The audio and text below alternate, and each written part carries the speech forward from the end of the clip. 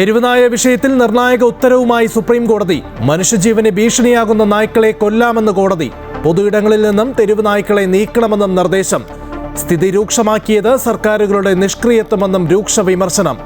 Supreme കോടതി ഉത്തരവ് നടപ്പാകുന്നുണ്ടോ എന്ന് ഹൈക്കോടതി ഉറപ്പാക്കണമെന്ന് 3-അംഗ ബെഞ്ച്.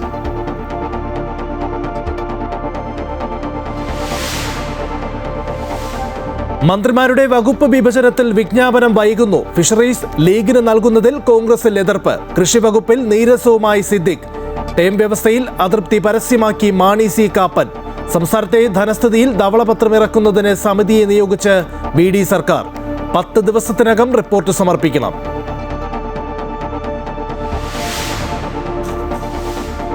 പ്രതിപക്ഷ ഉപനേതാവ് പദവിയിൽ നിലപാട് കടുപ്പിച്ച് ബിനോയ് വിശ്വം. വലിയ പരാജയങ്ങൾ സംഭവിക്കുമ്പോൾ വിമർശനങ്ങൾ സ്വാഭാവികമെന്ന് M സ്വരാജ്. നേതൃത്വത്തിനെതിരെ പരസ്യ പ്രതികരണം നടത്തിയതിനു പിന്നാലെ പാലക്കാട്ട് CPM-ൽ പൊട്ടിത്തെറി.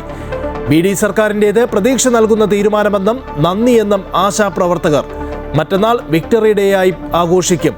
10 വർഷത്തിനു ശേഷം സെക്രട്ടേറിയറ്റിലെ സമര ഗേറ്റ് തുറന്നു.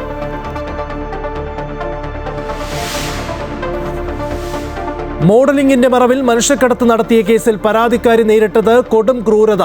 മദ്യത്തിൽ മയക്കുമരുന്ന് കലർത്തി നൽകിയെന്നും മർദ്ദിച്ച് പ്രതികരണശേഷി നഷ്ടപ്പെടുത്തിയെന്നും പരാതിക്കാരി. കേസിൽ ഒരു സ്ത്രീ കൂടി പിടിയിൽ. കസ്റ്റഡിയിലുള്ള സിന്ധുവിനെയും അലീനയെയും പോലീസ് ചോദ്യം ചെയ്യുന്നു.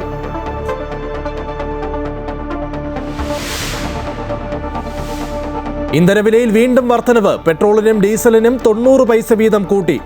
ഒരാഴ്ചക്കിടെ വില കൂടുന്നത് 2-ാം തവണ. രാജ്യത്ത് ഇന്ധനക്ഷാമമില്ല എന്ന് ആവർത്തിച്ച് കേന്ദ്ര സർക്കാർ. ഇന്ത്യയിലേക്കുള്ള ഇന്ധനവുമായി ഒരു കപ്പൽ കൂടി ഹോർമുസ് കടലിടുക്ക് കടന്നു.